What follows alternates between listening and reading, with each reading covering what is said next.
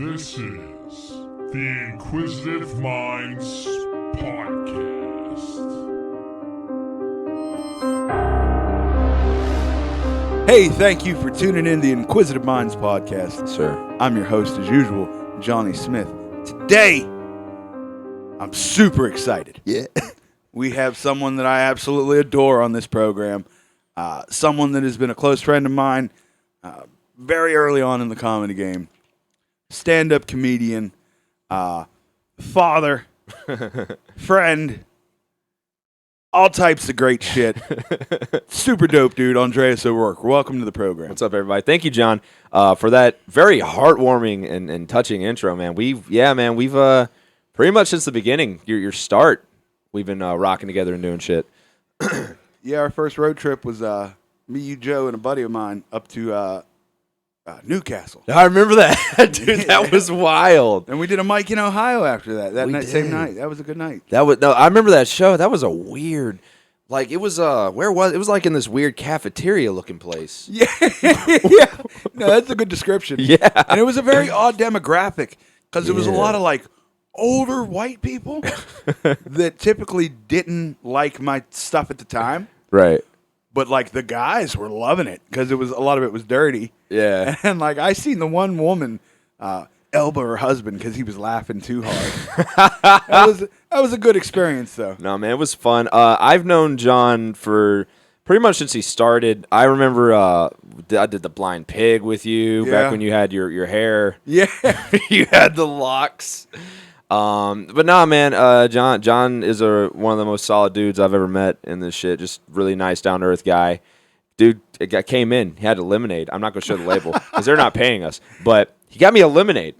Like immediately, as soon as I walked, he just threw it at me and was like, "Yo," and I was like, "Wow, this is crazy." Thank you for the kind words. So, Andreas, you live up in the Beaver County, Pennsylvania area, but you are from a land far away. Mm-hmm. Growing up in Alabama. Yes, sir. Tell us about it a little bit. Shit, man. Well, am I allowed to cuss? Absolutely. I already did. Yeah. Well, I mean, dude, Alabama, I mean, I joke around a lot about it in my set, and I rip on Alabama and make fun of it. I mean, within every joke, there's a grain of truth. It was pretty crazy, man. Mobile is where I'm from. And I remember I did a show one time where I mentioned Mobile, and some dude in the audience was like, ghetto. It is, Mobile is kind of ghetto. A little bit. Like, you look at the ghettos like Pritchard and Crichton and Tomanville. That's where I went to school, man. So, like, basically, in my early years, I was like a little kid, elementary school age. I went to, schools out in the woods, man, like out in the country, Sims, out in Wilmer. No one's going to know where that is. Google it. Yeah. You'll just see a field. I lived in a nice trailer park, and I know that people think, well, how could it be nice? It was like a brand new, like, immaculate. They didn't even cut the trees down yet. It was beautiful. There's levels to trailer parks. Yeah, there are. I want to live in a trailer again, and I don't know why. I'm weird. But, my mom always wanted a double wide. dude, a good double wide, that's all you need, man. Yeah, I mean, it's a good home, but, like, I'm fighting stereotypes. I'm not moving into a trailer. Fuck it, man. I look like I should be. I look like I own 3 broken down trailers. And some cars that don't run. Yeah. My lot is 17 Buicks of all 80s years that don't run. And a lawnmower for some reason. Riding lawnmower.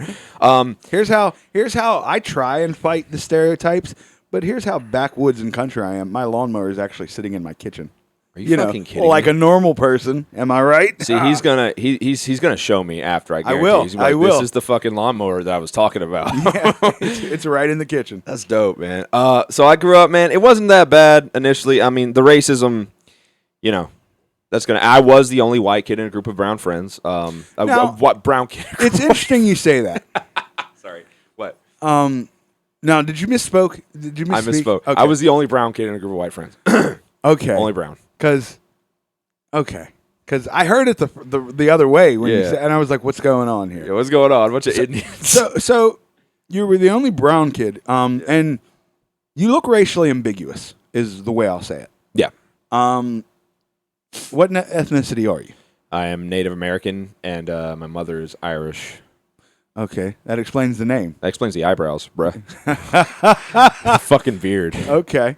O'Rourke. Okay, so you were the only brown kid. Brown. As you put it. Yes. A lot of racism, you say? Oh, yeah. I've been called, and in my set, I have a joke about being racially ambiguous and being called every bad racial thing. That's not a lie. That happened. I've been called the N-word. I've been called Mexican slurs. I've been called Asian slurs. Sometimes I get on the bus, they would do the eye thing. And yeah, that's fucked up. I'm not. Yeah. Guys, I'm not laughing at racial slurs right now. I'm very stoned. Just to be clear. I'm so high, it's funny. Like, I'm not like, yeah, racial slurs, all right. Yeah, but nah, man, it was and by the way, I just want to say racism is a universal language. It is not. It wasn't just white people that did this to me. I got made fun of by both white and black. Okay. Aggressively. Very aggressively, man. I had serious issues, self-esteem issues, self-confidence issues growing up.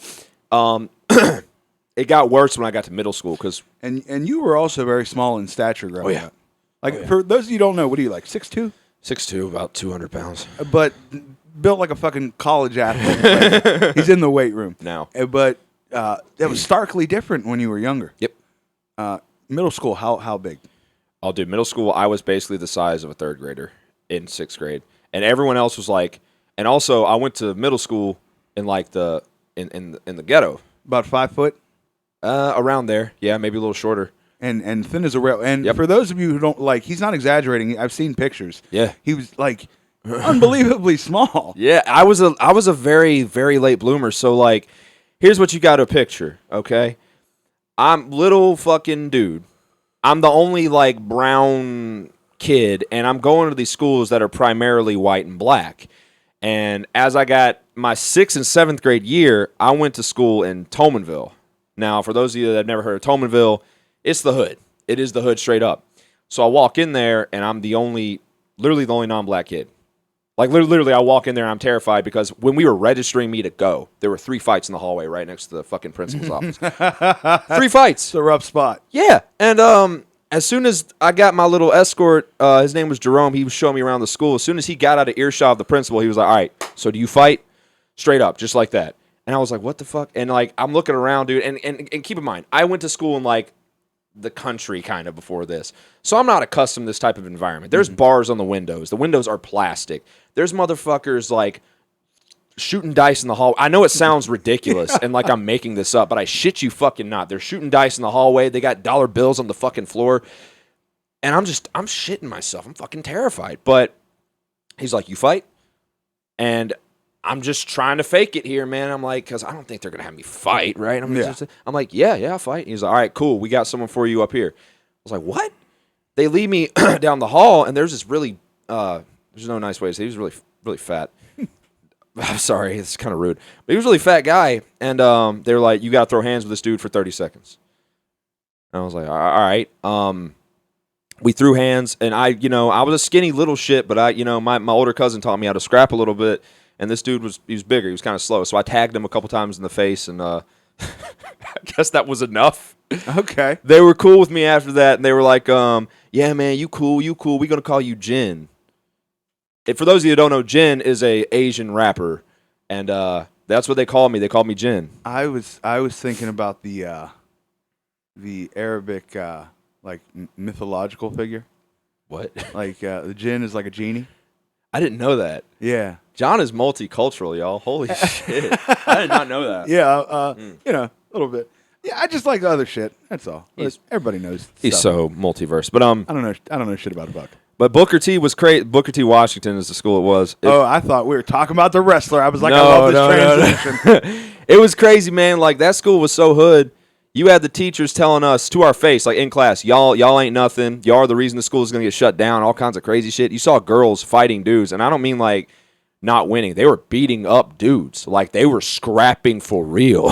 My violent days are behind me. Good, man. You're so peaceful. You're like I'm very peaceful. You're like a zealot. You're all peaceful and shit. But I remember in high school, there was a fight between these two plus-size ladies. I've seen that, bro. But it was crazy because one of them was like real thugged out. Like, you could tell she was I'll put it this way. I remember I was in court, and I happened to see her have the same court date. I was like, hey, nice to see you. Hey. So she was about the bullshit.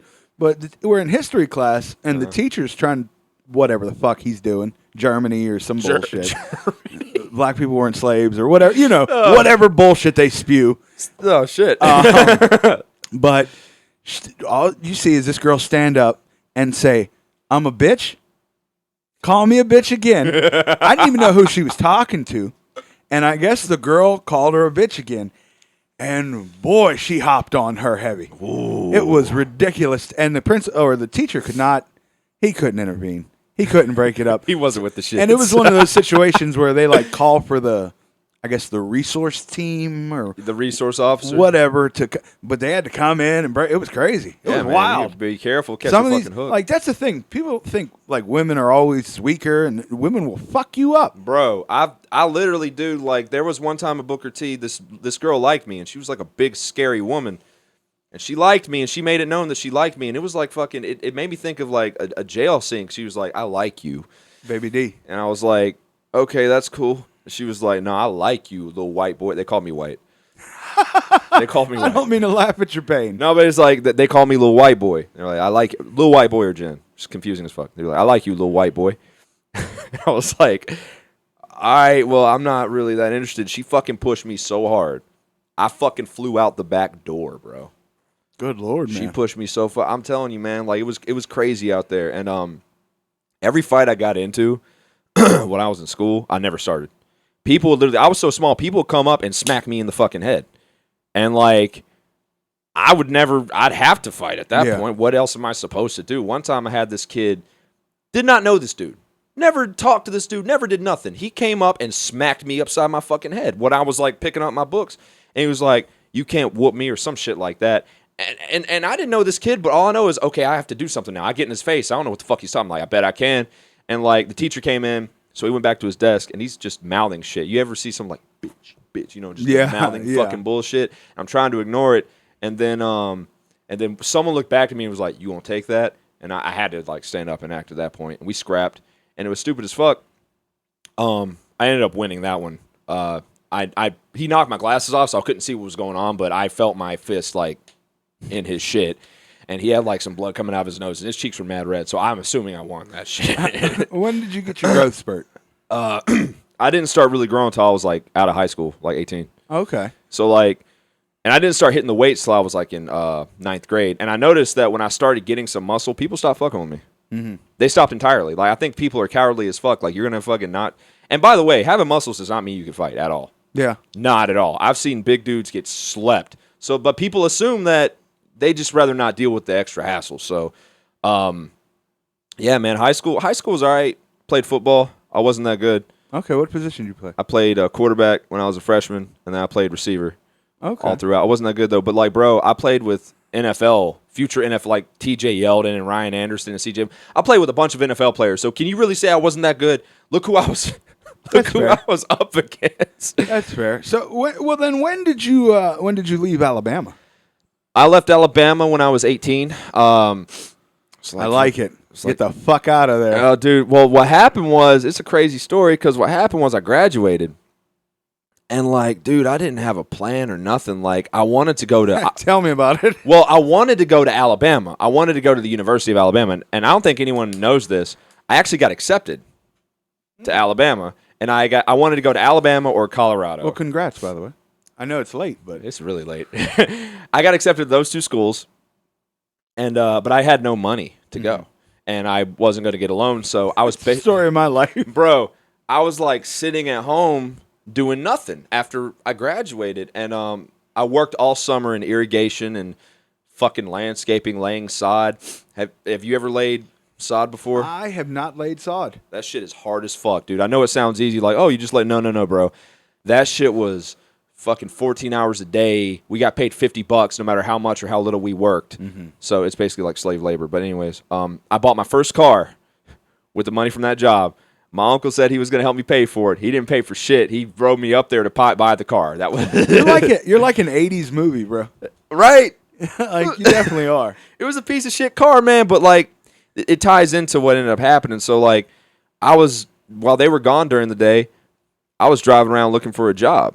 I was just going from place to place. I tried everywhere, man. No one would hire me, right? So one day I fucked up, though. I got lost. And I was like, I got to get home before my aunt comes back or I might die. But that's another story for another time. Oh, boy. But eventually what ended up happening was I ran my car out of gas. And my aunt wouldn't give me any gas money. She said, you shouldn't be driving around doing all that bullshit anyway. So I had no car, no job. And me and my aunt kind of got into it a little bit, you know. One day, pretty intense argument. And she said something to the effect of, if you don't like it, you can just go live with your mom. My mom lived up here. Okay. She lived in Monaca. Okay. So I was like, all right, cool. I'm going to go do that. You know, and I was, it was a good decision and it wasn't at the same time. And here I'll explain. So my uncle was trying to push me into the Navy because the Navy, you basically can just serve and go to school that way. But I was, like, if I had the knowledge I had now, I would have done it. Okay. But I was so hard-headed and I wouldn't listen that I was like, fuck this. I know better than all of you, blah, blah, blah, blah. Moved up here. As so many of us do at that age. Yeah, man. Dude, let me tell you something. When I was in the high school years, fuck, I don't even want to say. It was a lot of weed. I smoked out of the fucking. You horrible person. No, it was like I smoked out of green tea cans a lot. And people have told me that something's gonna fuck up eventually. You monster. But I was smoking weed and I was fucking around and I think weed is the devil. Look at I think it's only for the worst people in the world. Johnny's eyes aren't even open, right? It's what did they say? The devil's lettuce. The fucking devil's lettuce. Some stupid shit. You murderous pothead. Johnny, you are high, man. Bro. Yeah, so I was doing a lot of bullshit. I was partying with Forrest. I've talked about Forrest myself. I don't tell his joke anymore because it's not that funny, but Forrest was a wild dude, man. He was a bigger dude, like, I don't know, like fat. And fat is a descriptive word. Like, I know people get offended, man. Well, that's because people are fucking pussies sometimes. like here's the difference. If you say Johnny is fat, that is a fact. If you say Johnny's a fat, greasy, sloppy piece of shit, like, that's the difference. Okay. Like, fat is just a descriptive word. If you're fat, you're fat. That doesn't mean you're not worth anything. That doesn't mean you're not beautiful. It doesn't mean you're not worthy, guys. Right. You're beautiful, but Johnny. Fat is just a descriptive word. I know. I'm fucking glorious. You're fucking prosperous. I am amazing. Dude, one time, though, we were getting ready to party, and I lived in Daphne, and we were from Theodore, and me and my cousin were going to party with Forrest. We were going to go to Theodore, and he would say weird shit. He was like, "Are they cool with fat people?" I feel it though. I relate. Like, I understand. I was like, "Bruh, nah, Forrest. Nobody at Theodore is fat." It was weird, but I actually got a story that ties into my high school years. And I got shot at before. Okay. And I figured this would be good for the thing. So when I was 14. My cousin got into some MySpace beef. This is how old this was. Some MySpace beef with this dude named Kendall Cotton. That's his real name. He's not a fucking Disney villain. His name was Kendall Cotton. And they got into some shit. And basically, the long and short of it was him. MySpace beef is such an antiquated phrase anymore. Yeah. But go ahead, because I love it. It's MySpace. But they were they were into it. And my cousin came up to me and said, "Hey, yo, you trying to fight? I got to fight, and there's going to be other people there. I'm going to need your help." And, dude, I don't, hold on. I don't like fighting. I never did. It's not my thing. But at the time, I was 14. I was trying to prove something. I don't know what the fuck I was trying to prove. Yeah. But anytime someone asked me if I wanted to fight or do anything physical like that, I always said yes. Well, you know what? We have the flight or fight mentality. Yeah. And there's some people that the flight doesn't come into play. Yeah, exactly. You know what I mean? Just as there's some people that the fight never comes into play. Right. So that's just, it is what it is. But I don't want people to think like from this that I'm like an aggressive dude and I start shit. I don't never do shit like that, bro. Like, I mean, if I have to defend myself, that it is what it is. But I don't go around like starting shit. But I said, yeah, I want to fight. Andreas is a bully. I said, yeah, I want to fight. And dude, it was like a movie. Like this sounds so unreal, but we literally got in the truck, Cameron's truck, and we drove around to all these different gas stations and trailer parks, picking up these dudes called the Neck Boys. Oh, boy. Rednecks. That's what the Neck Boys were fucking crazy. They were a bunch of crazy-ass white dudes that did steroids and beat the shit out of each other. That's what they were. Sounds like a party. It was like a fucking movie because we'd round these dudes up. We round up like 4 at a time. They would have guns and shit. And when I saw the guns, I was like, yo, what are we doing? Let's stop. Let's have a little like a dialogue about what we're doing to this dude. But I didn't say shit because I was like, I'm in it now. So I'm in the back of this truck and we have a fucking convoy of 20 fucking big ass trucks. And I swear to God, like if I hadn't lived it, I wouldn't have believed this shit happened. And we're going to Kendall Cotton's house. And I'm in the back. This is great, by the way.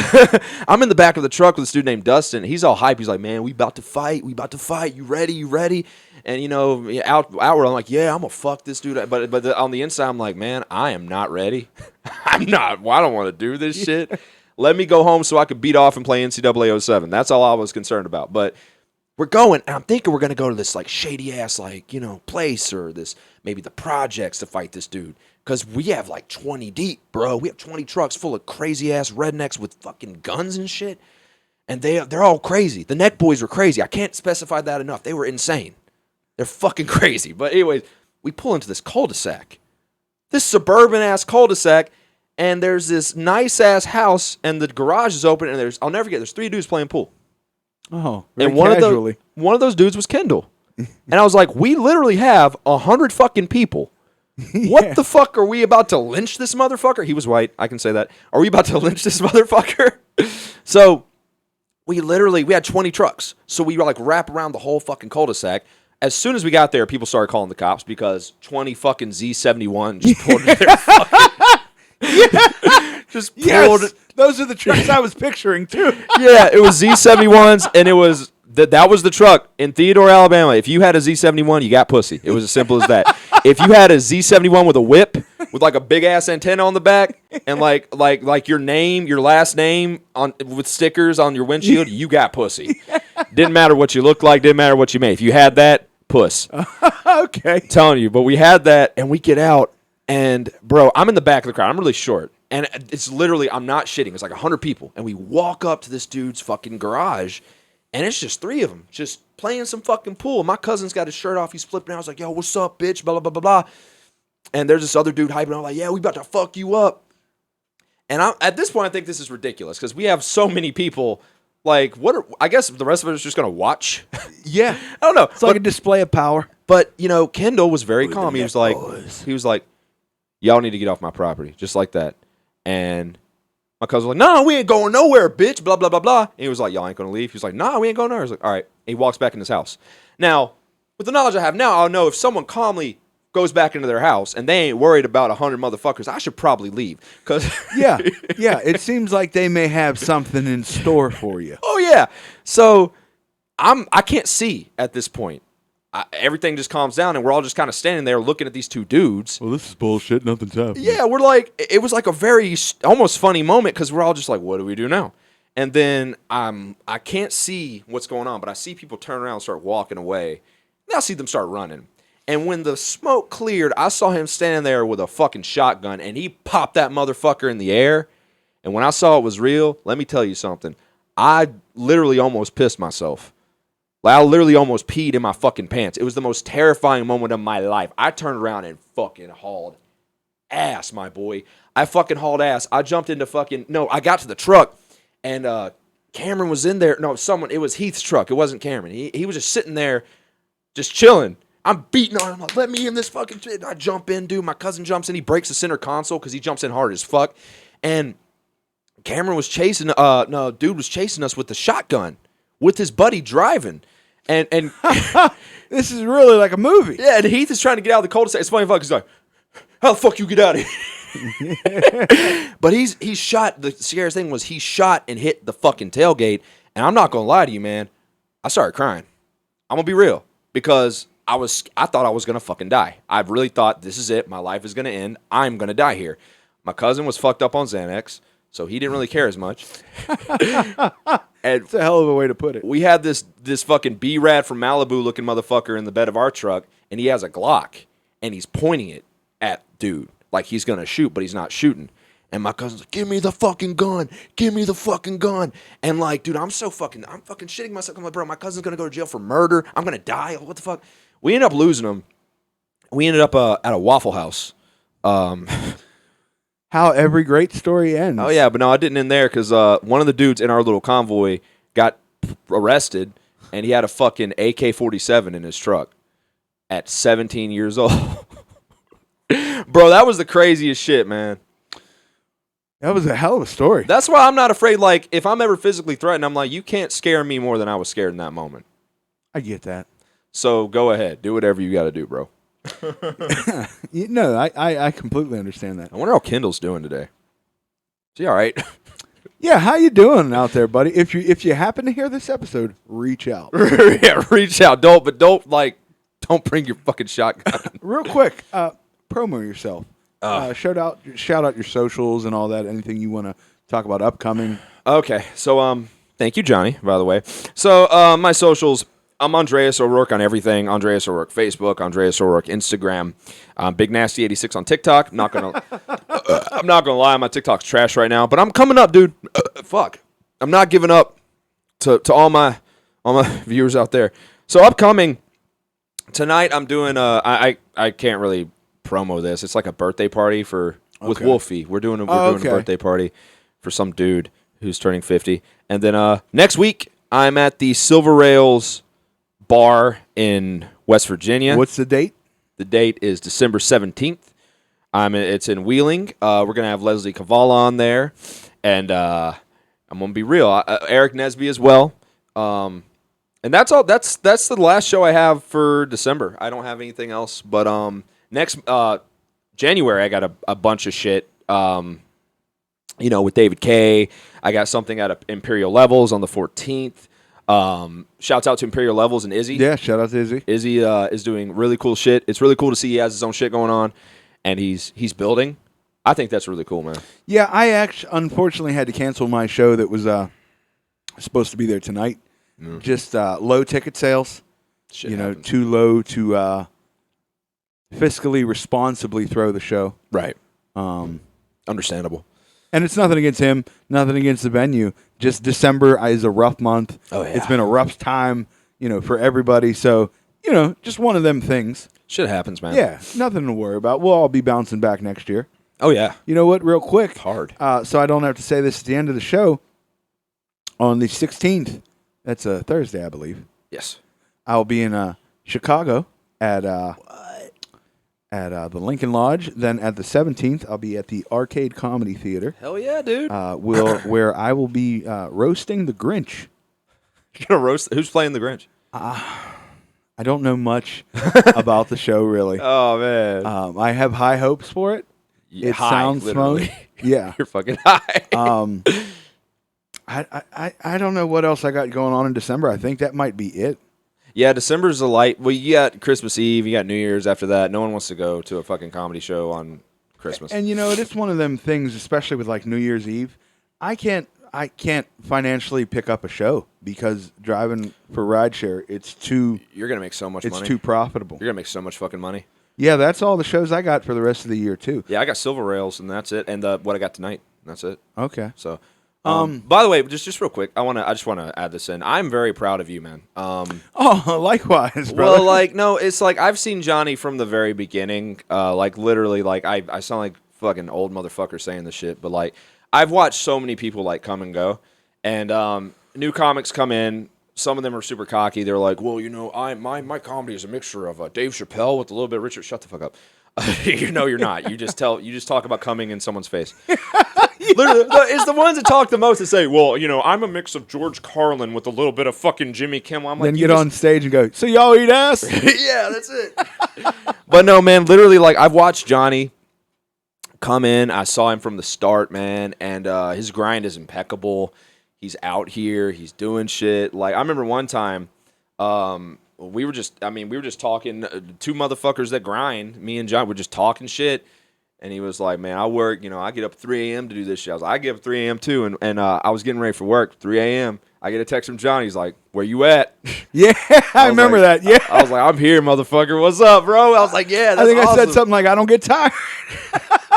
He wasn't lying, dude. Johnny, he's out here grinding, man. One thing I could say, there's not many people that grind like Johnny, man. That dude's, between his podcast and comedy and just all the shit he hustles, man. Like, he's really about it. And on like building this studio, man, y'all can't really see around here, but it's absolutely amazing. The setup is legit as fuck. Thank you so much, man. That means so much to me. Of course, man. Like, you've come up, you're producing now. Like, it's fucking insane, bro. I'm just trying to make something shake, following my dreams. Keep following him, motherfucker. Nope. High as MC Auto Detailing is a home-based detailing company located in Aliquippa, Pennsylvania. At MC Auto, we take care of all of your detailing needs, from a basic hand wash to a complete makeover of your vehicle. Busy schedule? MC Auto is also mobile. You can get your vehicle detailed in the comfort of your own home. With a 5-star rating on Google, we treat your vehicle as if it was our own. For a free quote and more information, contact MC Auto on Facebook and Instagram at MC Auto Detailing LLC or call 724-462-4863. MC Auto Detailing. Who doesn't like a clean car? fuck. You do the same thing, brother. Not for nothing. There's a lot of people in the comedy scene. I'm very casual, have a lot of friends, but there's certain people you flock to. Right. And most people know, you are one of the people that I love and I'm close with. Because it's just, you have to, first of all, respect someone's comedy and their work ethic. Right. I feel like before you can genuinely be their friend, close friend. Yeah, absolutely. I And agree. you're one of those guys, man. Thank you. And I've seen you be amazing. I've seen in what you are now. Bravo, bro. Thank you. Bravo. Thank you, man. Sweet moments here on fucking Inquisitive Minds. Yeah, no. Like you were saying, I went to bed at 5 a.m. this morning. Woke up at 9:30 to straighten up the house because Andreas was coming at 11. I was like, oh, shit. Oh, yeah, dude. I'm punctual. I have to be. And, you just got to, no one's going to give it to you. Nope. You got to go out and get it. That's one thing take away from this. And if there's any younger comics watching this shit, man, don't wait for people to give you shit because it'll never happen. I always ask later on in the episode, but this is a good time now because that was a great piece of advice. To anyone out there, I always ask for a piece of advice for the listeners, and it doesn't have to be about comedy or anything specific. Just what advice would you give to someone that they can hopefully take away from here? That's a good question, man, because so much stuff comes to mind. I think what I would say is, damn, it's a good question. Persevere, man. I know this sounds kind of cliche, but you're going to have very low points in your life, whether it be, you're comedically, if you're a comedian, or professionally, relationships. But persevere.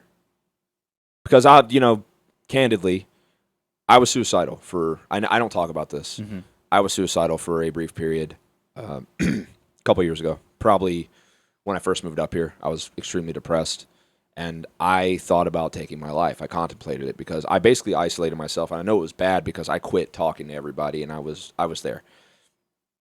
So if you're there, if you're ever depressed, or if you ever feel down, or if you're ever in a bad place, first of all, don't be afraid to speak to somebody about it, because your feelings are valid and what you're going through is very valid. And just take it one step at a time, man.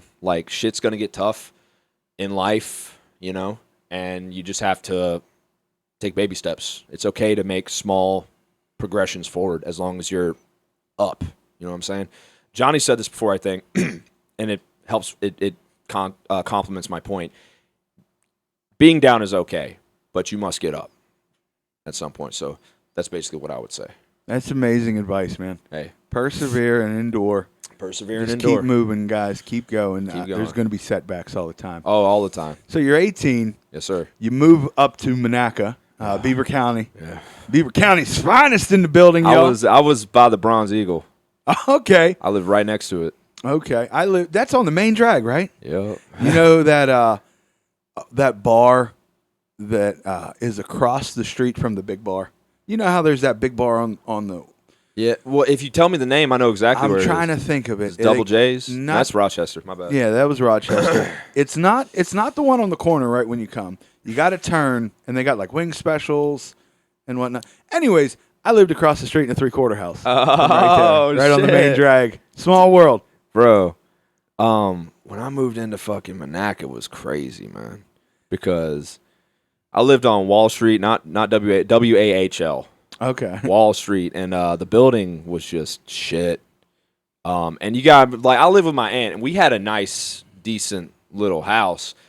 Going from that to this, no internet, no cable. I had fucking VHS tapes I'd watch every night to go to bed, bro. And that was it. But I got, I'm very proud of that. This is one of the most, one of the things I really hold with pride. I got my mom out of there. Okay. I worked my ass off. I worked at Texas Roadhouse. A lot of people think I lie about shit in my set. I don't know why. Like, after I do a set, Yeah. did you really work at Walmart? Did you really work at Yes. Like, I don't know. When you said you worked at King's, I was like, oh, I know which one. Yeah, Monaca. Yeah. It was. It fucking sucks. Don't go there. Yeah, I don't give a fuck. Last time I went there was with Chris Scriba.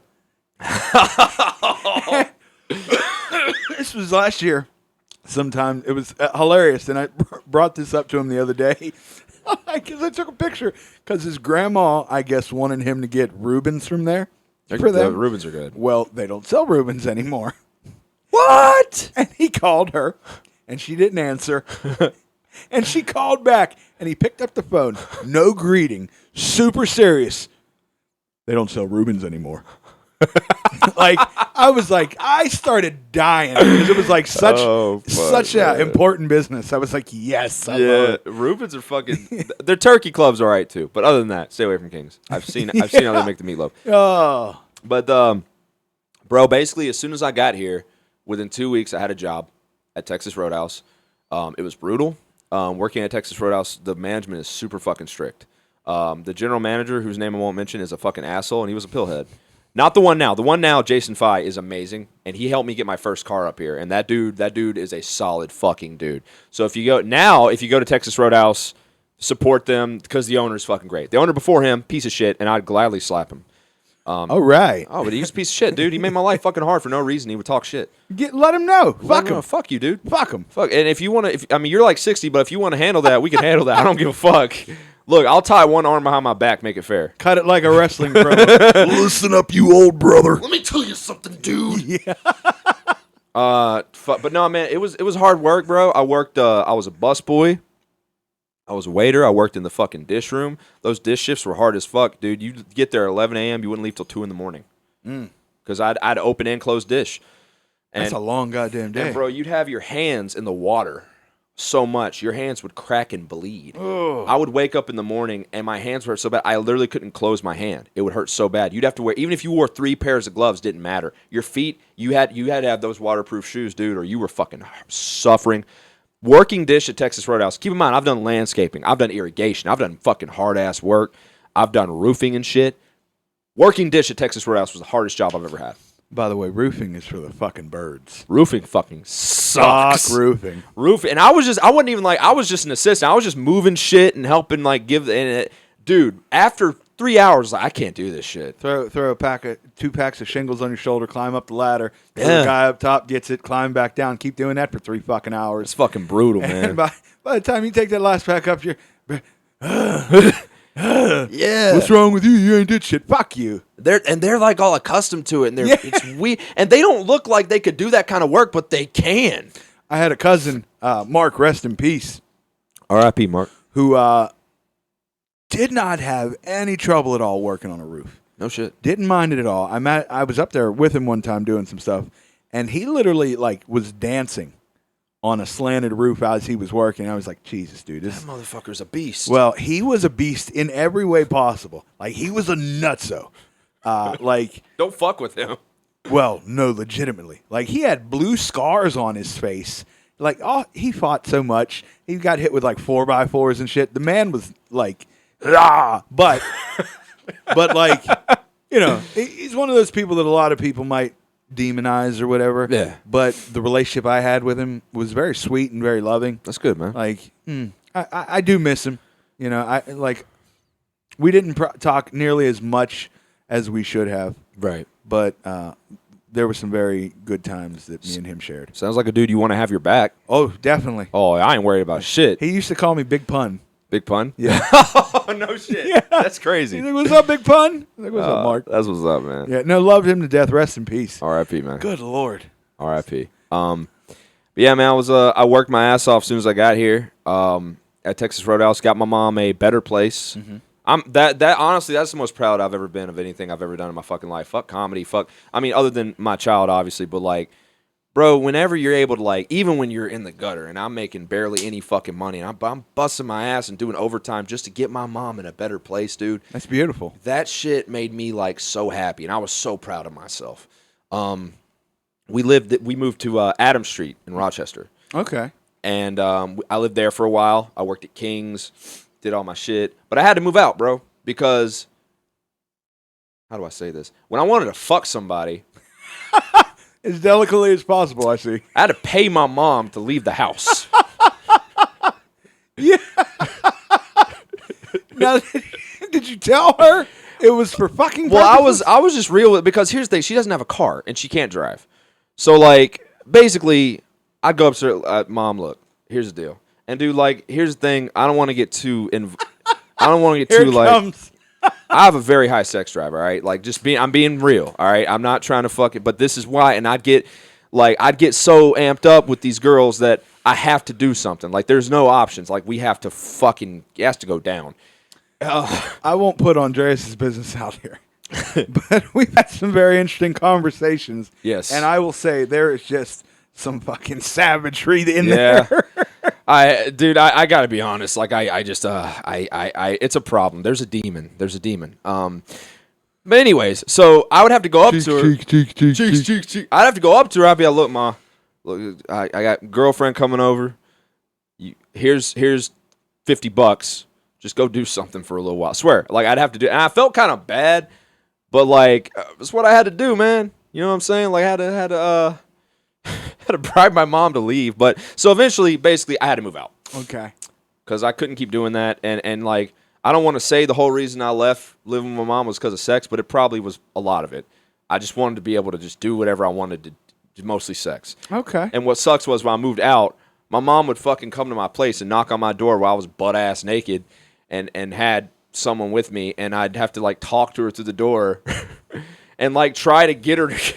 sounds so bad. Try to get her to go away. Mama, we fucking in here right now. Because I moved to K Street. Okay. Right by the Salvation Army. Crack Street, by the way, K Street. You need crack, go there. So my mom could walk to my place, and my mom is a warrior. Like, that's another joke I tell. She is a huge warrior. She'd come to my house and just knock on my door, give me food, which I appreciated, but if I was fucking, not so much. But anyways, so I live by myself, moved to another place on Atlantic Avenue in Monaca. I'm just giving y'all a breakdown of all the places I fucking lived. I moved around, and that was a nice place. And then I met my current girlfriend, Bridget. Who's Shout out amazing. to her. Very Shouts nice out to lady. Bridget. She is she's really fucking smart, bro. Like, it's annoying how fucking smart she is. She's in a cosplay too? Yeah, she does. Not so much anymore, but she used to do it before we had Caroline. She used to do it a lot more, but she still will. She has a tested IQ of like 160 or some shit. Oh, okay. Yeah, I mean, it's great, but she knows a lot. So, like, she corrects me a lot. So she's like she's a genius, which is cool because I've been with a genius in bed. That makes me part genius. You know? mentioned your daughter, man. I just want to say, phenomenal father. Love to see it. Thank you, man. Love to see it. And sweetheart of a little girl. She's such a cutie. When you post pictures, she's so adorable. Oh, she's my world, man. And she looks like a daddy's girl. Oh, she is. Initially, I'm not gonna lie, I got into a little bit of trouble because I taught her how to cuss a little bit. Yes. Because I thought it'd be funny. Yes. But eventually I had to stop doing that. You gotta be responsible. But no, man, Caroline's my whole world. I'm willing to kill anything or anybody for her at the drop of a hat. If you ever touch her or fuck with her, I mean, I'm going to jail. That's all there is to it. I love her so much, and I knew when I saw her for the first time, I was like, I would go to jail for that kid. You know, That's I'd die beautiful. for that. I would die for Caroline. Like, one time, bro, I was like taking a nap, and she's in the living room like playing and shit. I was almost asleep. I heard her scream, "Daddy, help!" I fucking jumped out of bed, and I was like almost naked. I basically sleep naked. I jumped out of bed. I fucking ran in there like my glasses on. I'm like, oh, what the fuck? What the fuck's up? I was just ready to fucking go, bro. What was the issue? Apparently, she like one of her toys. She was trying to put it together. It was like Legos or some shit. She couldn't put it together. And You that's all it got was. to fight that toy until Yeah, it man, I goes was together. like, all I could think was, dude, if someone had a gun, I'm fucking dead. I'm just gonna die. Well, before I start and ask you about your starting stand up, there's numerous other things like that are like you've got deadlift records. I Yeah. saw when I was at your place. You went to art school. Yes, sir. Waste of money. You are you currently in school for criminal justice? I'm going to school for cybersecurity right now. Cybersecurity. Forgive me, That's totally fine. but I see you post like high scores all the time for your testing. And, like, Fuck yeah, 'cause that's just hard. Congrats on that, man. Thank you, man. That's just hard as fuck. Like if people don't realize that, just like he's a multitude. You got a lot going on. I got a ton of. That's why, like, when I leave mics, as soon as my set's done, I'm not trying to diss nobody because people talk. Like, well, you always leave, man. You always fucking. You're running out of here. I'm like, dude, I fucking have. I have to, first of all, I gotta be up at 4 a.m. Like, you want me to? I mean, let's see you hang around and drink and fuck around till midnight and get up at 4 a.m. That's and go the to thing, fucking bro. work. I've mentioned it so many times. I don't know how they can drink every goddamn Dude, night. I don't fucking know either. Like, do y'all have to get up in the morning? Give me my Diet Pepsi or water. Yeah, I I can't mean, like- take all that alcohol. If I don't have work the next day, sure, I'll get a little bit fucked up. That's fine. But like, I mean, dude, I can't. On a Tuesday, though, bro. They're right. sloshed on a Tuesday. On a Tuesday. Yeah. Yo, man. Because, dude, I don't know how you're like at work, but when I'm at work, bro, like, the first 4 hours are fucking miserable. I'm tired, dude. Yeah. I usually have to shit because I eat a lot at night. So when I get up in the morning, it's time to roll, brother. It's time to shit. Like, I be shitting, like, not gonna lie, like 2 or 3 times in the morning. Okay. But it's great because I work so early that no one's there, so I can just blow that shit up, bro. I go in the bathroom and blow that shit up, homie. Yeah. Like, you should put this in the promo for the episode, me talking about shitting, because it's good shit, literally. But dude, like, because people comment on that. You know, like, I went to Pepperoni's. Well, shouts out to Pepperoni. Shouts out to Adrian Ashmore, his spot, Yeah. West Virginia. Our condolences go out to him. Yes. He just recently lost his father. Yes. So, My condolences. so sorry to hear that, brother. Yeah, he's a good guy. But I went there this past Thursday, and I got to stay because I didn't have work the next day. And the owner was like, "Well, man, you're always running out of here like your ass is on fire." And I'm like, "Bro, I just got school, man. I got fucking work. I got my kid. Like, it's just, I'm still out here. I just gotta go home." I think so many people forget that this is a business. Yeah. And it's like, that's fine if you want to get drunk and hang around and like, I it's get cool. it. It's That's cool. cool, but this is a business at the end of is. the day, and some of us got work to do. Some of us got to fucking grind hustle. Because, bro, I'm gonna be real with you. I'm tired of being broke. Yeah. And my thing is, like, when I started going for cybersecurity, so many comics were like, "Oh, you quitting comedy?" I'm like, dude, are you? Fuck no. Mm-hmm. If anything, I'm going to pursue it harder because guess what? I can make more money now. Once Yeah. I graduate, I get a better job. Like, what the fuck? Because there's a stigma that artists, not just comedians, but actors, singers, whatever, you can't have any kind of real job. You always have to work at McDonald's. You always have to work at fucking Target. You always have to work some bum-ass job. Why? Yeah. Why do that? Why not get a better job to where you can make more money? And guess what? When you have more money, you can do more shit with your passion. And that's wild because we know professionals in our field. Yeah. Oh, yeah, I know a couple. We know lawyers. Yep. We know accountants. Yep. Cybersecurity programmers. Like, we know people that have legitimate, decent jobs. I mean, we also know people that are pieces of shit, but Yeah, there's those two, it's man. vastly different. Yeah. I mean, like, my thing is, and this to any comedians, any actors, whatever the fuck, you don't have to be broke and do this shit, man.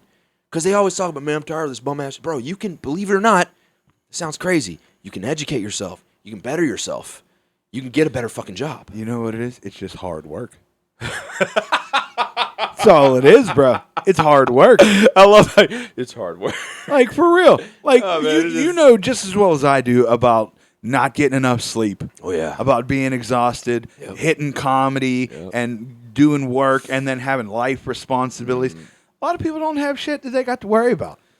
Well, then don't bitch about your situation, then. Like, I work 12 hours a day, Vain fucking grind. trying to make money, and then try and hit mics, do shows. Then I got to squeeze in interviews and squeeze in, like, real life shit. You grind, motherfucker. Like, like I don't know what the people are doing that are just like, oh, whatever. Yeah, man, because like I'll be real, man. I'll be at work and I'll see people at my job like every fucking day. I'm like, do y'all work or do anything? Like y'all just standing here. I remember during the pandemic, I'd hit Walmart up for the hangout spot. Like, oh, let me see what kind of chips they got today. People are still doing that. Same shit, as man. yesterday, huh? Well, I'm gonna go check out the toiletries. Ain't shit else to do. Same shit, No, different fucking day. That's great. Just shitting. standing around with their hands in their fucking pockets, walking around Walmart. I'm like, man, y'all don't work or nothing. Yeah. Like, how the fuck? What job do you work where you can stand in Walmart all fuck? I want that job. Give me that job. I'd like to fuck around, do nothing all day. Absolutely. By the way, we also know business owners. Shout out to one of the sponsors, Marcus Cox. You heard the commercial. MC Auto Detailing. Great work, by the way. Yeah. He did my car, my interior, perfect. Yeah, phenomenal. Wouldn't put his commercial on every episode if he was half-assed. He is top notch. And that's the homie too. Yeah, Marcus. yeah. And Marcus is a great guy and funny ass comedian, and another dude who's a phenomenal father. Oh yeah, Marcus is another fucking grinder, hustler, man. Beaver County, we be out here grinding, bro. Yeah, I'm actually having Nikki on the podcast later this month. Oh shit, no, his for real? wife. Yeah, That's what's up, man. She's a breast cancer survivor. Fuck yeah. And like, I'm sure she's talked about that so goddamn much Mm-hmm. that I know she's more than that, and I'd like to give her the platform to put that out there. That's beautiful, man. Yeah, Good shit. I do what I can. So fucking breast thoughtful. cancer's close to my heart. Yeah. Literally. Yeah, yeah. Literally. Well, when I was 17, my mom was Sorry. diagnosed with breast cancer. Oh shit. Yeah, and she went through chemo and radiation, and it was rough on her. Yeah. Ended up losing both of her breasts. She had a double mastectomy. Okay. And one of the medications she was taking to keep her breast cancer in remission, one of the side effects was uterine cancer. So she got uterine cancer. What the fuck? And then had to go through chemo and radiation Oh again, my and got a God. full hysterectomy. She's still alive and kicking like a crazy fucking chicken. What a warrior, man. Yeah, absolutely. What a fucking warrior. Absolutely. So, like, it's just That's one of those strength. things that's very close to my heart. Learn from her. That's a fucking warrior right there, Yeah, dude. my mom was a strong woman. I see where Johnny gets it from. Well, you know, love you, Mom. That's what I'll say. So, when did you start stand up? That ties into Texas Roadhouse too. I worked with Kevin Butke. Shout out to Kevin. Butke and Stay Stay Happy. happy, or I don't know if he launched it, but Stay Ugly Stay was Ugly. one of the things he was talking about doing. He was Oh, he man. was telling me his branding. He was going to change from Stay Happy to Stay Ugly because it's more relatable. Maybe this is me misquoting, but he said because more people are ugly and they can relate. And I was like, well, okay, whatever works. Statistically speaking, he's not wrong. Either way, shout out to Kevin. Shout Butke. out to Stay Ugly. No, he worked the salads when I worked at Texas Roadhouse. He tossed salads. That does not surprise me one bit. No, but literally, like, before I even started comedy, I just knew him because we worked at the same place. I was a waiter, and he tossed salads. He was terrible at his job. Scrambled eggs. No, he was really bad at his job, but I was too, so I can't really talk shit. So, but anyways, he started doing comedy. If you start working at a restaurant and you're phenomenal at it, just give it up.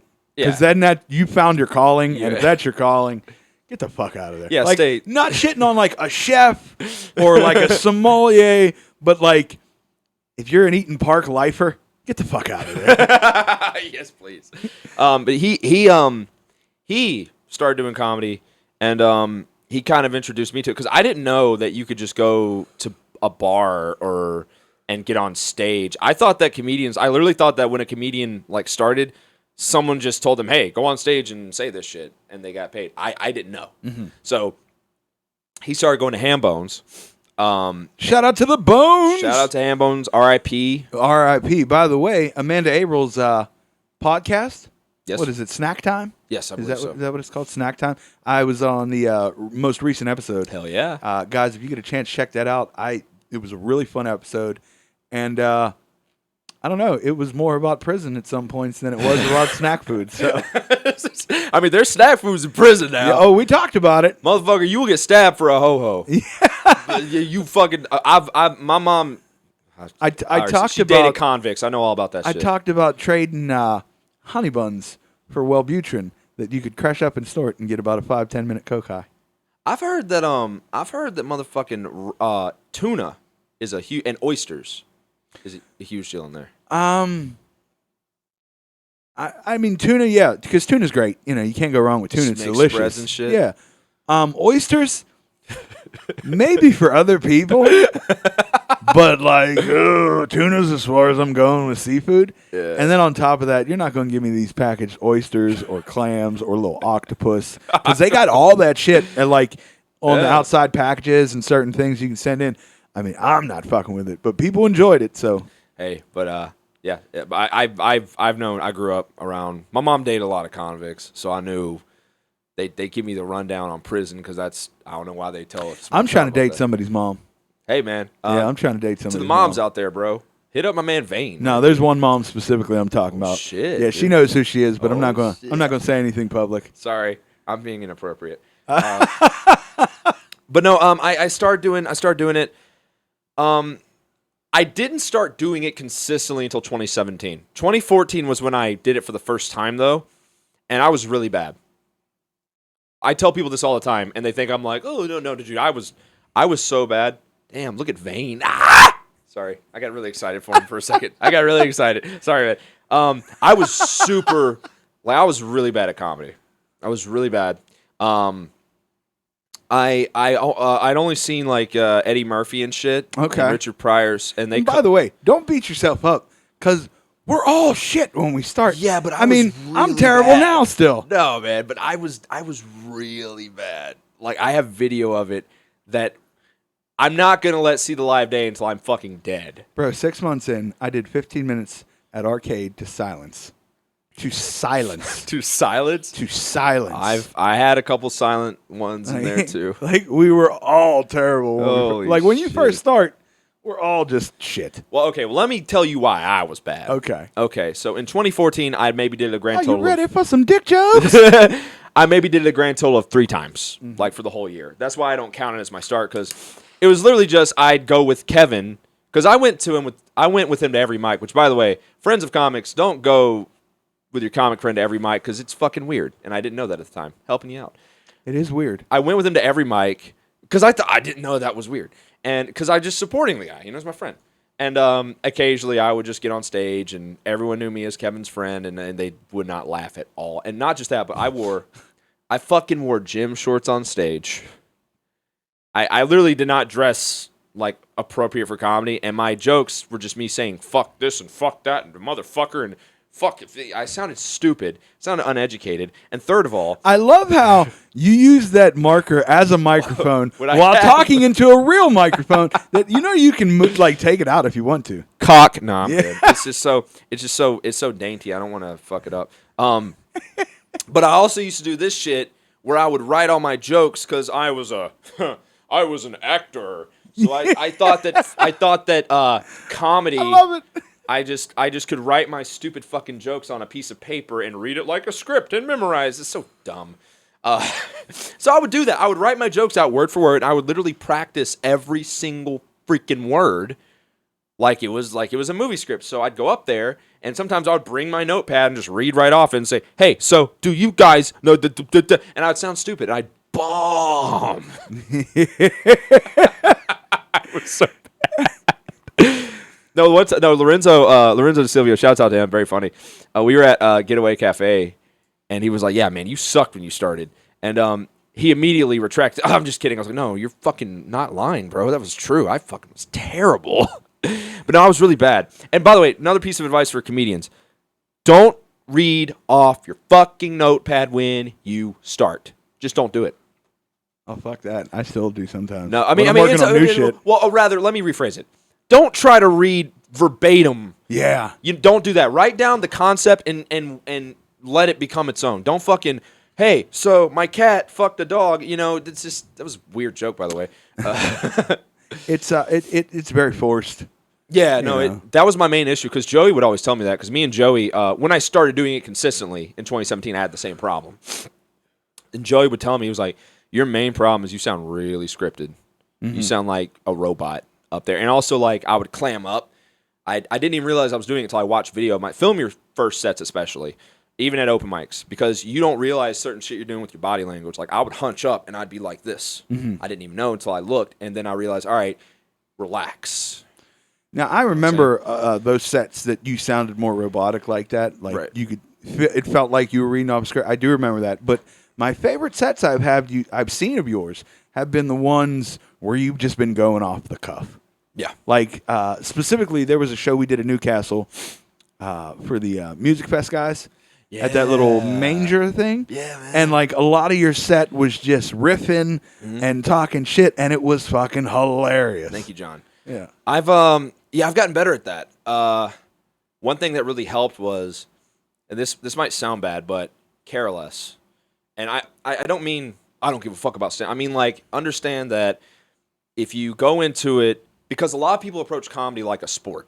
They're all like hyping themselves up. They're like, oh, I gotta tell jokes as hard as I fucking can, and I gotta. I mean, I'm guilty of that sometimes. I'll throw my, loosen up before I go up a little bit. Well, that's fine, but like some people like get way too focused. And Matt Light put it best to me, and this is when I started. Shout out to Matt Light. Shout out to Matt Light.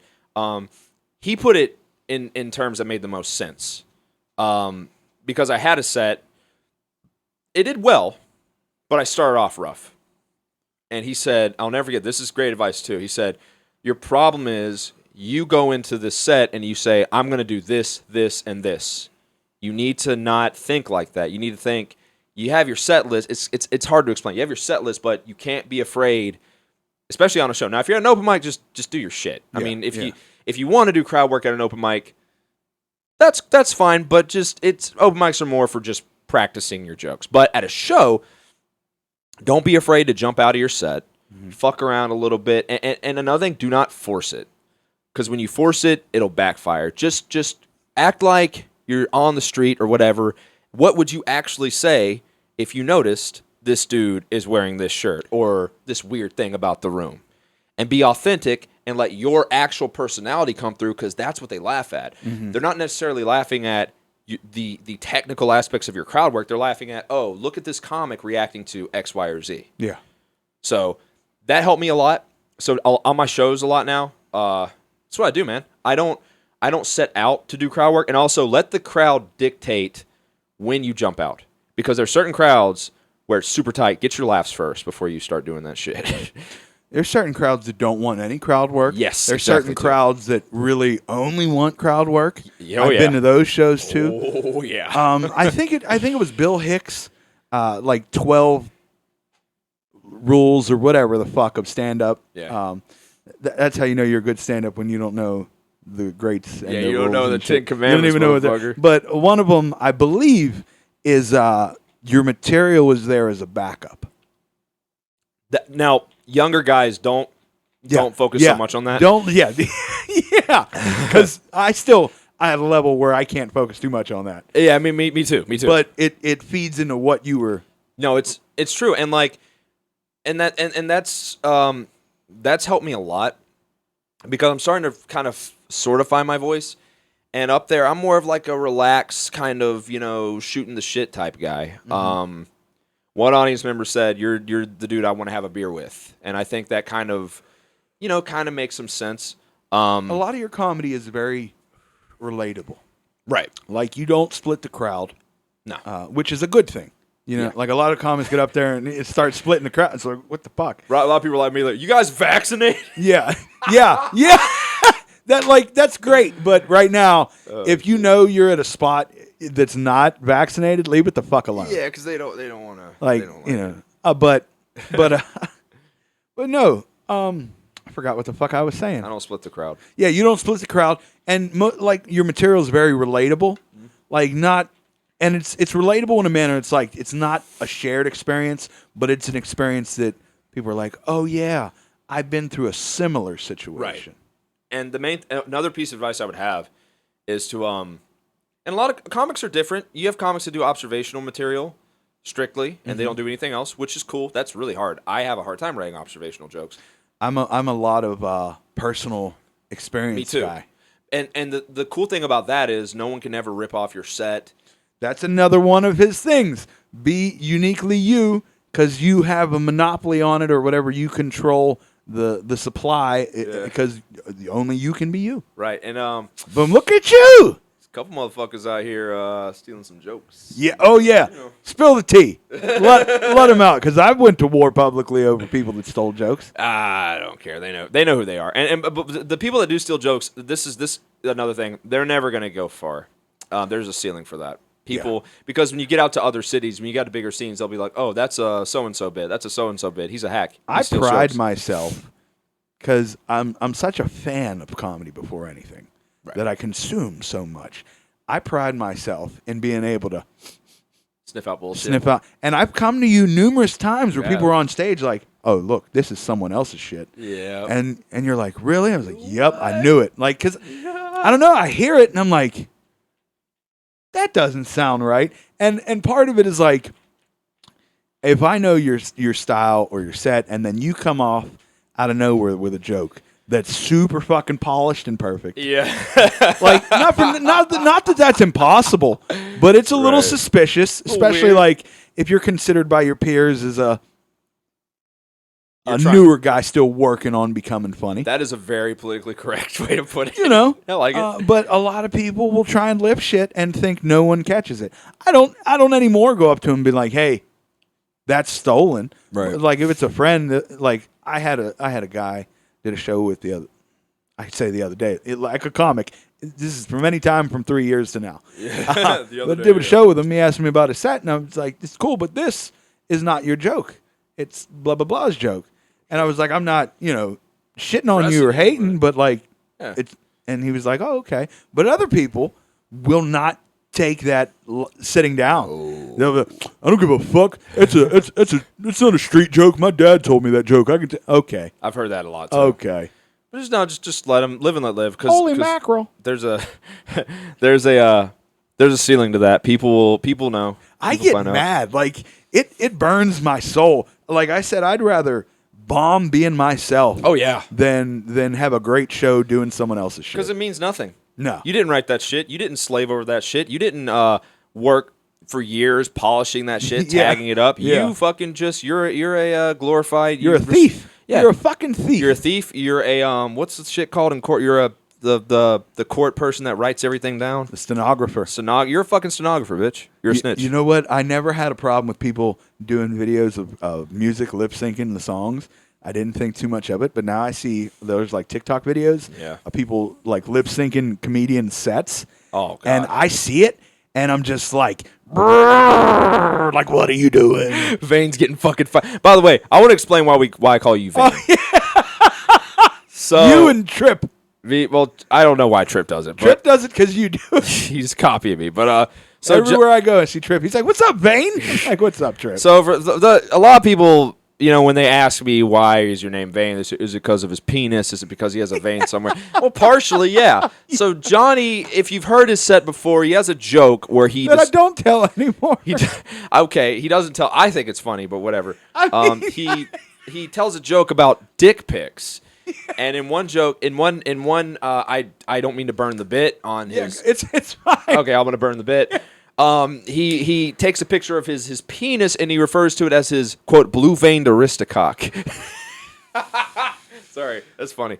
It was my penis as a presidential portrait. Yeah, like it has like a powdered wig and everything. Yeah, it's my blue-veined aristocock. Exactly. So the first time he told it, I said Vane. Vane is your fucking name now, Vane. And that's basically it. There's no other reason. Since we're burning jokes, I'll burn you another part of that. Closest I ever got, took a picture of the top of my stomach and I sent it to a woman.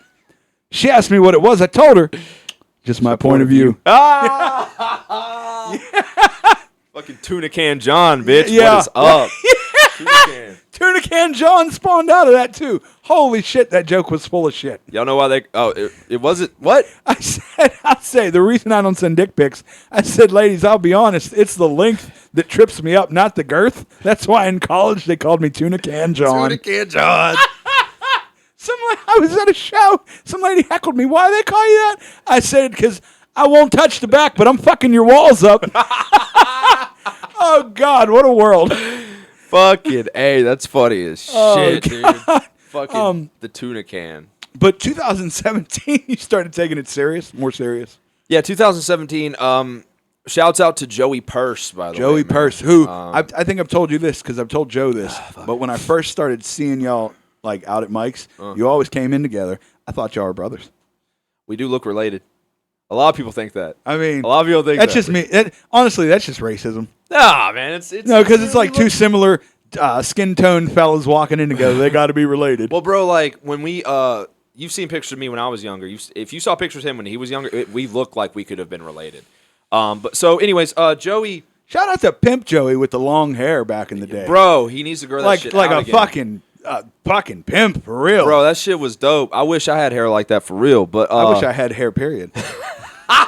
Fucking tuna can, man. You got the tuna can. That's going for you. Yeah, Hey, the tuna can is pretty good, man. there's a dent in the can. He's got Star Kissed in his fucking pants, ladies. He's got some Star Kiss. Bumblebee tuna. All right, I gotta stop Tagging this shit up. Yeah, So me and Joe. that's our segment for old jokes we don't use tag ups. Hey, fuck it, man. Bring it back out at a show you don't care about. Yeah, So me and Joey hit mics, and dude, we were basically out there fucking grinding, man, and we've been through it all together. y'all didn't get a lot of respect early in. Not too. people. A lot of people disrespected us. A lot of people. And like, I don't mean to bring it up if it's a sensitive topic, No, but good. it is what it is. Good. And like, I don't know why. I talked to a couple people. Some people speculated because like your relationship with Kevin Budke. I know he does. Like he's had his rocky moments, as I'll put it. He's never done me wrong, but he's Right. had issues with other people.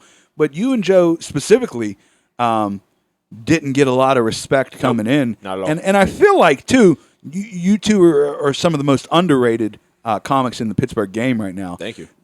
If people don't realize, Joe works with All Deaf Cannabis, All Deaf Gaming. Joe works with industry. Real industry. Shout out, he just did a club this weekend. Yeah.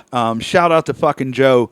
If you're sleeping on him, time to wake up. Yeah, bro. I try to tell people all the time because, like, The there's some windbreaker God. there's some people that don't take his social media shit seriously. I'm like, bro, you've got a person in your fucking scene who's built his following organically. Joey literally works with people in the industry. I'm not talking about just like some dude that runs a bringer. No, he works with people that are in industry. He's got huge news, in this next year coming. Yeah. Which I won't spoil. Right. But fucking huge news. So shout out to him, man. Shouts out to First, man. I'm telling you, man. I'm just gonna say it like this. If y'all need to take advantage of Joe while he's here, I mean that sounds bad, but Big like, facts, bro. y'all need to like hit him up for advice or something because I'm telling you right fucking now, you're not gonna be able to communicate with him. He's much one of longer. the ones in the Pittsburgh scene too that genuinely tries to help others. He does. And give advice. Until people disrespect him, then he's like, fuck it. Yeah. Which I feel that. But like, Disrespected Joe though is a monster that I love seeing because I've seen it too, it's 0 to 1,000. oh my fucking god, it's a 0 to 1,000. And as much as I love Joe, there's times where it's the tiniest little thing. And for some he's like, reason- "Oh, this motherfucker thinks I'm a bitch." I'm always there for some fucking reason. It's always when I'm with him. But no, man, real shit. Look, y'all need to communicate with this dude and get as much as you can from him while he's here. Because I'm telling you, he's gonna be unreachable here soon. Yeah. I'm not fucking y'all. And if y'all don't believe me, all right, just wait and see. I'm telling you right now. Don't believe me? Just watch. You try to hit up a fucking a celebrity with 2 million followers on Instagram, they don't respond. That's what's gonna be like with Joe. So I feel like I'm telling you, because me and Joey are close. Right. You know, we talk on the phone a couple times a week usually. that's what's up. Love the dude, brother. I feel like I lucked out into becoming friends with him. Same. Because and it was nice that we became friends when none of us were like Really doing anything outside of mics, or, Right. Like it was organic. So I can understand once you start getting to bigger platforms how you'd be more guarded because Fake love. people like to take advantage. And I'm telling you, you're missing out if you don't fuck with Joe. You really are, man. Because this dude honestly has legit shit, and he has legit credit. So I don't know. On top of that, though, he's a good person and a good friend. Oh yeah, he's really good. I mean, like if you Bone to pick with Joe. Oh, This motherfucker beat us all in dodgeball 6 against 1. he got fucking luck. I don't know how he 6 fucking against did it. 1, he beat us. I blame everyone but myself. I couldn't believe that shit. I don't know how. Like, okay, so what Johnny's talking about, we did a vlog with Joe, and he's not lying. He beat us 6-1, but like legit, like not even like let's do this for filming. No. I don't even think we filmed that. We were just in there like going at his ass, and we couldn't because we're all competitive. Yeah. So it's like we just try and do. And fuck if he didn't. How? don't fucking know, How the man. fuck did he do that? I don't know, man. I really, really, really, really don't know, but he did it. So shouts out to Joe for that too, because that's something that I guarantee you no one else in the scene can do. I can't do that shit. I'd get hit like a motherfucker. Yeah, I couldn't beat one dude. Let alone 6. Nah, man. But so me and Joe were riding together, man, and we were doing comedy. Went up last at every open mic. It was really hard starting. And out. like as much as that's part of the game, it still fucking blows. Dude, it was fucking terrible, man. I just want to tell if there's any new comics that listen to this, it's part of the game. Oh yeah. Like don't Nah, too many people take it like super personal. Yeah. Like I've been here since 9. All right, bro. We all been there. Relax. It's like, part paying, bro. What's hilarious to me is some of them will bitch about being at a mic for an hour, motherfucker. When Thursday ham bones, shoving 8:30. when me and Joey were 40 every fucking night, Up at 12:30. bruh, I'd get there at fucking 8, thinking that would do anything, and I wouldn't get up till fucking 1. One time I went up third, and this was very early in. Right. But I guess I was outside smoking when he was telling people the numbers, and when he called me, I was like, yeah, a deer in headlights. Like I'm going third. What? Bro, I tell people all the time, I've done the Improv, I've done Arcade, I've done a ton of fucking shows since I started. The most nervous I've ever been doing comedy to this fucking day was when I went first at Ham Bones for the first time. To this day. That's I don't know what happened. oh shit, I'm Look at You froze up. That's my by the way, guys, that's my jizz face right there. All right, we're gonna stop recording. Salutations, Shades, and welcome back to your one-stop shop for all things strange and unusual, Talking with Shadows, the conversation everyone has, but no one wants to admit to. Here with your host, Vic Whaley. And Marcus D. Now come along with us as we explore the most obscure things our universe has to offer. We specialize in helping people make sense of the most bizarre phenomenon you'll ever come across. You'll get all the great topics such as UFOs, cryptids, and psychic phenomenon, but also some stories that are so spectacular they scare people to believe that they're true. Now take a seat and welcome to the One Candle Society. But always remember, keep believing. Because we'll keep listening.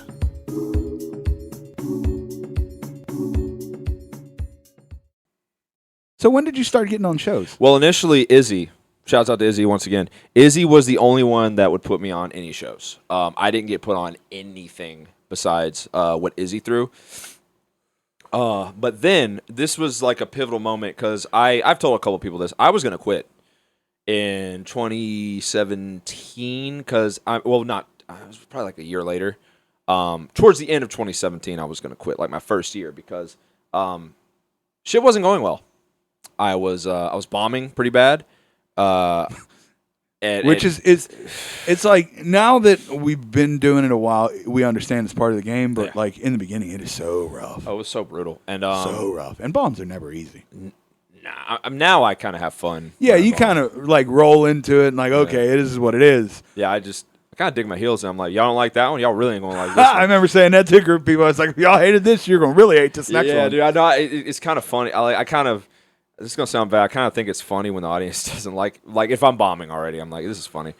It used to really bother me though. But so yeah, I was gonna quit, man. And Marcus Cox, dude, big shout out to Marcus Cox. He was having his album recording at Club Cafe. I'll never forget. He asked me and Joey to open for him, and Chuck Krieger was there. Which a Chuck Krieger sighting at Club Cafe is like fucking Haley's Comet. A Chuck Krieger sighting in general is rare. Yeah, he doesn't. He lives in Somerset. He doesn't really come out to the city that much. If by the way, comics. I've spoke to Chuck online numerous times about open mics and just shit like that. Never seen Chuck in person. Because I've never been to a Chuck show though. It's just conflicting usually. No, I hear you. It's but Chuck comics. If you ever see Chuck, first of all, don't run up to him and hey, can I be on? Because that gets on his nerves. Yeah, as it does for everybody. Yeah. You know, that like that's a piece of advice. Yes. Like people are like, "Oh, I'd love to be on the next one," or you know, "Hey, can I?" Yeah, we know everyone would love to. We all want to perform on everything. We all know that already. Just be cool with him and just be polite, and he'll probably just put you on for that. Honestly, he'll give you like 5 minutes, and if you're bombing, he might let you early. But you know, That's a rough one. You get 5 and you get lit early at 5, you get lit at 2. dude, You're like, get off, bro. I've seen it happen. I've seen it because Chuck is very forward. Like if someone's eating it, he'll be like, "Oh, he's fucking eating it up there. Fuck, shit. I didn't think he would eat it like that." You know, he's very doesn't really have much of a filter. But Chuck was there, and I just went up. I went upstairs and I talked to him, and he asked me how long I've been doing it. I told him not very long. You know, this was going to be my last show. Mm-hmm. I had it in my mind that I was just going to be done after this because I wasn't enjoying it. I felt bad about myself, and I was very just depressed. Yeah. So I was like, I'm just done. I'll do something else. But I talked to Chuck, and he was like, if you do good here, I'll throw you a couple guest spots. I didn't think he was serious, though. I didn't think he'd actually do it because you hear that all the fucking time. Well, I'll do this for you. I'll do that for you, and then they never fucking I'm still waiting on shows from people. I got a couple I'm still waiting on, too. But I'm not even worried about it no more. Yeah, but it's like it is what it is. Yeah, y'all have fun with y'all shit. But no, he told me that, and I went up. I had a good set for my standards then. Now, if I had a set like that, I'd hang myself. It was okay. I've seen the video. For the level I was at the time, it was a good set. Okay. But again, now I'd be fucking livid. But so I did that, and then a week later, Chuck hits me up, and he's like, "Hey, are you free this Saturday?" And I was like, "What the fuck?" And I'll never forget the first guest spot that Chuck gave me. Was a 10-minute guest spot at the Wheeling Country Club. He was hosting. Johnny Lee Dam was featuring. Mike Sasson was featuring. Johnny Lee Dam was headlining. I'll never fucking forget, man. I had a great set that night. And it was just a little fucking gig at a country club. I did 10 minutes. I didn't make that much money, but it was fucking amazing. Because it was the first time I'd actually been on a show that wasn't Izzy's show or wasn't like some shit that some dude threw in the fucking back of his garage and was like, I just need people to come out. You know, it felt like I actually did comedy for the first time. Okay. So that, and then Chuck, dude, big shout out to Chuck Krieger, man. That dude is not just like a book. Like, he's my friend. He's a very good friend. Like, when he books me, we fucking bullshit. We're like, we're friends before anything else. And he has done, like, most of my development and growth has been because of Chuck. And I'll say it 100%, has been because of Chuck. He's an amazing guy. He's basically been my mentor through all this shit. My first 15-minute set was on his shit. My first 20 was on his shit. My first 30 was on Chuck's shit. He has guided me every bit of the way. And if it weren't for Joey, Marcus, and Chuck, I would have quit. 100% I would have quit. That's what's up, man. What's in store for the future? For the future? For Andreas. What's Andreas doing in the future? Well, I want to hit comedy super hard. When I graduate, I'm going to have a much better job. I already have a few, like, kind of offers. I'm going to be able to work from home. Bridget, my girlfriend, another shout out to her. She does a TaskRabbit. I don't know if you know what TaskRabbit is. I don't know what that is. It's basically like Uber for, like, tasks. Like, if you need furniture assembled, you can go on there and find someone and pay them to do it for you. Oh, really? And if you do it, you set your own rates. She makes like $30 an hour to, like, assemble furniture. So Bridget brings in some bread. Now, initially, she didn't get that many jobs, but as she did more and people started, like, reviewing her and how good she was, she gets good jobs now and she makes good money. So she told me, whenever you graduate, even if your job is lower paying initially, because entry level is not always going to be the best, you can work for home and I'll make up for it so that you can do your thing. Because she very much believes in me. That's beautiful. There were times when, I'll be honest with you, man, there's times when I bombed so hard and I had such a bad night, I come home, I cry. Fuck it, I'll tell you, I don't fucking care. No shame. This is our passion, man. I cry, man. And you're creating these things and you're presenting them and you put your heart and soul into it. And sometimes when they don't enjoy the effort and the work and the heart and soul you put into it, it crushes you. It crushed me, man. Like, I wouldn't be like, but I'd sit there and I'd like some tears would roll down. I'd be like just fucking in my feelings. She'd be right there.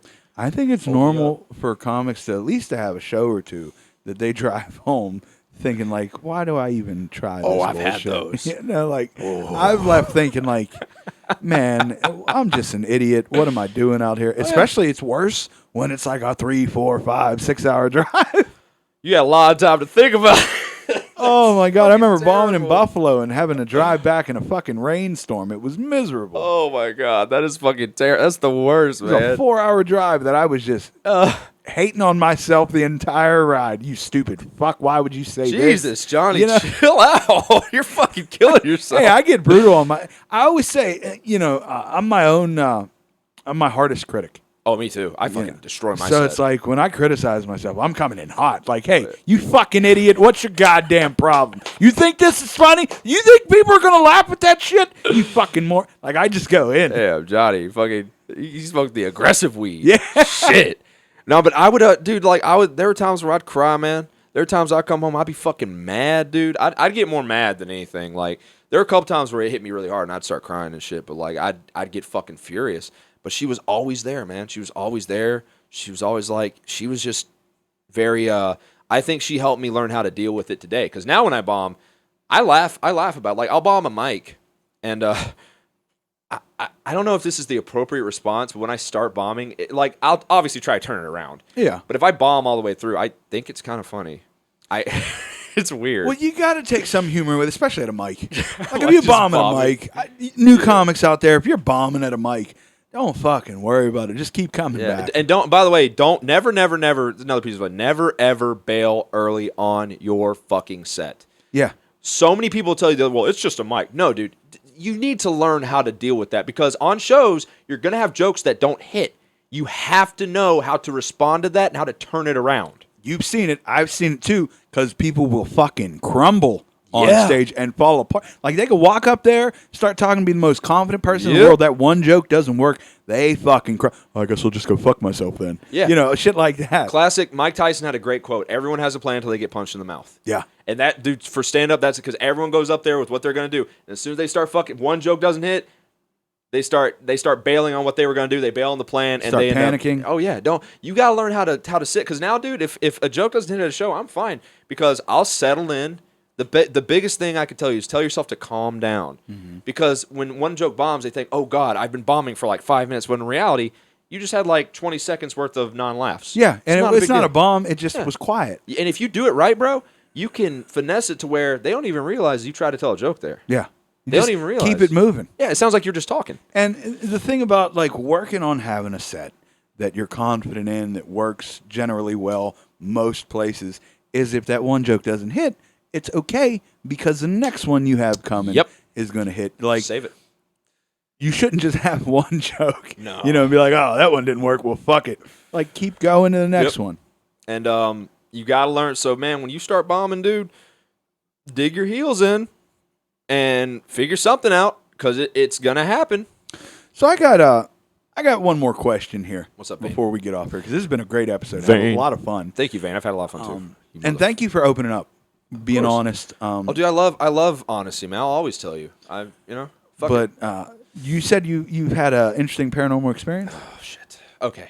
So, okay, let me preface this to this day by saying I think to this day this was a prank. I don't think this was real because it just doesn't seem like it could have been real. So, when I mentioned earlier I lived in Alabama, during the mortgage crisis, I lived in Theodore with my aunt and my uncle. Their house got sold, right? So we had to move out. So we were moving all of our shit out, and it was the last day we could be moving before the owner wanted to come in, and he had a bunch of shit he wanted to do. So we had one more day to do it. So everyone else stayed at the new house, and me and my uncle were cleaning out the old one. We were getting the last bit of shit, and we worked basically deep into the night. And it was like maybe 2 a.m. before we finally were finishing up. And I remember I kept having like weird feelings. Like I just felt uneasy. I don't really know the word for it. Like I felt like I was being, I know this sounds stereotypical. I felt like I was being watched. But we start wrapping up And we finish, and I'm just being a fucking pussy because it was kind of creepy in that house when it was quiet and empty, and that neighborhood didn't have a lot of street lights, so it was just darkness outside, and it was just complete silence. So I figured I'm just uneasy, I'm just nervous. So we wrap up, we get in the U-Haul, we're about to go to the house, and he's like, "Do you see my phone anywhere?" I was like, "I'm looking around the fucking van." I'm like, "Nah," and there was only two places this phone could be. It's either in the truck or it's in the house. It's the only place he was. So I was like, well, let me call it. And if we don't hear it in here, obviously you left it in the house. We got to go back in the house. And I call it.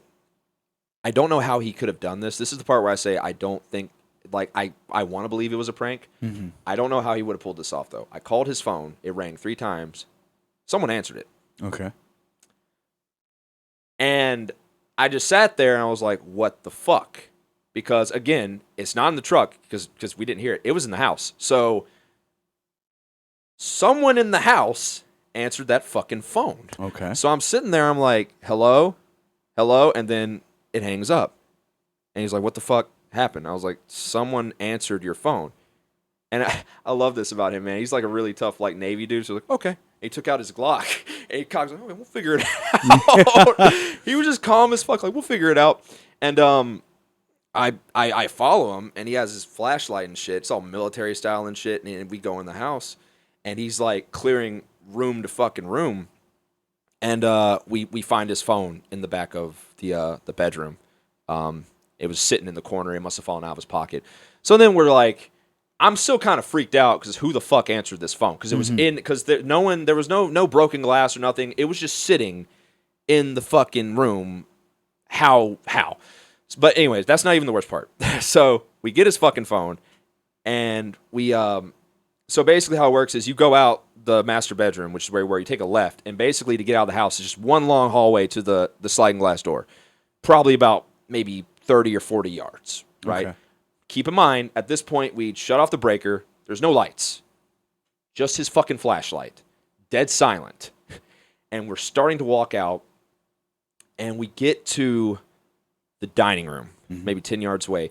And it sounded like if someone had a book, like a big-ass thick book, and threw it on the ground, like, boom. That's what we both heard, because he turned around with his fucking gun, and he fucking was aiming it. And I don't know, I want to believe this is a prank, but I don't know how he would have done this. At the end of the fucking hallway was one of my aunt's antique dolls. Oh. Just standing like this, straight ahead. And I want to believe that we just left it there, but I don't remember seeing it. That's super creepy. I'm getting chills thinking about it. I don't remember fucking seeing it at any point. I don't remember, us moving it. It was just sitting there. And he looked at me. And he said, "Are you fucking with me?" To me. He thought I did. And I was like, are you fucking with me? And we both just ran out of the fucking house. I don't even think we fucking locked it. We were fucking terrified. And he kept saying that I did it. He was like, how'd you set up that doll? I was like, I don't fucking know. We were both accusing each other for a good 30 fucking minutes. Yeah. Dude, it was just the creepiest shit because I don't have an explanation for any of that shit. What I will say, though, that was not the first time I'd experienced shit in that house. The house was very old, and every now and then when I'd be alone, I just felt uneasy. Yeah. And I don't, to this day, have an explanation, because the doll can be explained. Maybe he, I'm going to get him. I'm going to leave my phone here, blah, blah, blah. I'm going to set this up. But someone answered that phone. Yeah. It rang 3 times, and I heard the click, and I just heard silence. I could hear the ambient air. The doll answered the phone. Don't fucking say that, bro. That shit is... But we left that fucking doll. That's super creepy, man. Yeah, that's fucking creepy as shit. And I'll tell you what, man. I will not go near that house. I didn't give a fuck. I was like, I'm not going back in there. And if he was pulling a prank, he's a really good actor, because he's seen... yeah. Just to give you an idea, my uncle's not a pussy. He's a big, strong, Navy chief. He has all these... He has a tattoo of King Neptune on his fucking bicep and shit. He's not a pussy. Mm-hmm. But he was scared. He was shook. So that's the closest thing, because I don't have an explanation for that shit. Yeah. I don't know how you would have answered, because this was 2011. There weren't many apps where you could fuck with people. I don't know how anyone would have answered the phone. That's the main thing I'm stuck on. How was that phone answered? That's a pretty wild story, man. Yeah, man. Pretty It interesting. was fucking sick, dude. Wow. Thank you for sharing that. Well, That shit is I'm like creeped out just thinking about it now. this episode has been an absolute treat for me. Hope you guys all enjoyed it. Yeah. Andreas, thank you so much for coming to the program. Dude, I'm so happy we were able to finally get the shit going, man. We tried to hook up a couple times for this. Yeah. And either I was busy or Tuna Can John was busy or fucking. Yeah. But I'm glad we finally got to actually do it. It was a whole hell of a lot of fun. Guys, please support John. Also, you still doing Murder States of Mind? Yes. We've been on hiatus since Dan lost his mother a couple months ago to COVID, and then he had to put his dog down. Those are both very sad things. So we're taking a break. We should be back in about a week or so. So be sure to check that out because if you love true crime like I do, I love true crime, that you want to check that out. It's Oh, cool thank shit. you, man. We have a lot of fun with that show. No, I have yet to check it out yet, but it's God damn it. But it's I'm gonna get to it. What it is just us giving detailed information about a serial killer, and Dan being the straight man, and me just trying to throw him off at every fucking opportunity. That seems like the perfect dynamic. I could just picture that. Oh, by the way, shouts out Dan Brady out in Erie, PA, doing big shit, throwing shows. That dude is another straight up grind hustler. I'm also very proud of his development. Yeah, shout out to Dan. So yeah, shouts out Dan all the shit he's doing. Yeah, have to. Our best wishes are with him. Yeah, right best now. wishes, Troubling condolences. times. Yeah, man. R.I.P. But I don't know, guys. In the same breath, check out Andreas O'Rourke. Whether it be on social media, give him a follow. Yeah. Come out to a show. Great comic. Yeah. Amazing father. Decent even better penis. human. Apparently decent penis. He heard that. He heard it. So I don't know. Apparently he's got a libido like a ram. So check him out, ladies. Yeah, it's not cool. It's not a good thing. It's caused a lot of issues. It's caused a lot of issues. Yeah, man. I don't even want to. I honestly wish I just didn't want sex anymore. My life would be a lot easier. Have your longtime wife die on you, and it can change some things. Dude, Johnny, holy shit. Because it's been a while. It's been a while. but the tuna can is still strong. He still gets there. It's not rusty yet. He still wakes up in the morning. He still wakes up. He's like, all right, are we starting this shitty party or what? I'm like, whoa, who put a flag at half-mast? All right. That's enough. That's enough from us. Guys, thank you so much for listening. Thanks, guys. Please like, share, subscribe. More importantly than anything, tell somebody about the show if you liked it. I know it's a wide berth, but you can pick and choose who you want to hear from. Whoever. And I'm always looking for feedback. You guys have any questions for guests or anything you want to know about an upcoming guest, just reach out. I'm very accessible right now. Till next time, guys. Till next time. Peace and love. Yeah. Fuck yeah, man.